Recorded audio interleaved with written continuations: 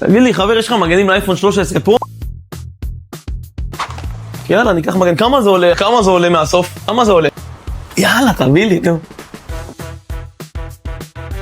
הרבה, אחי.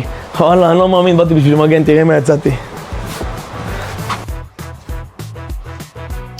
מה נשמע גבר? בוא תראה לי משהו מעניין. כמה אחרי הנחה, אחי? אחרי הנחה, המחיר הכי נמוך שאני יכול לעשות לך 4,300.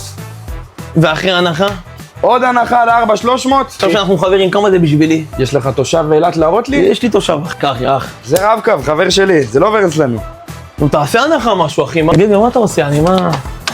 ואני איך תפילין, אמרתם 25% הנחה על כל האביזרים. כבר ערב, אסור להניח תפילין, אחי. אבל אחי, אמרתם 25% הנחה. אני אתן לך את ההנחה רק על הכוונה הטובה שלך. לא אמרתם מתי להניח. הכל בסדר, אחי, בוא תיכנס, נדאג לך. ותגיד לי, אחי, המכונת ברד שטוחנת את הברד, היא טוחנת גם כמו שצריך? טוחנת. כמו שאתה טוחן לי את המוח. וכמה ליטר? תגיד לי רגע, המגנים האלה, זה מגנים, הבנתי של בלייז, הם לא מציבים? הכי טובים בשוק, אחי.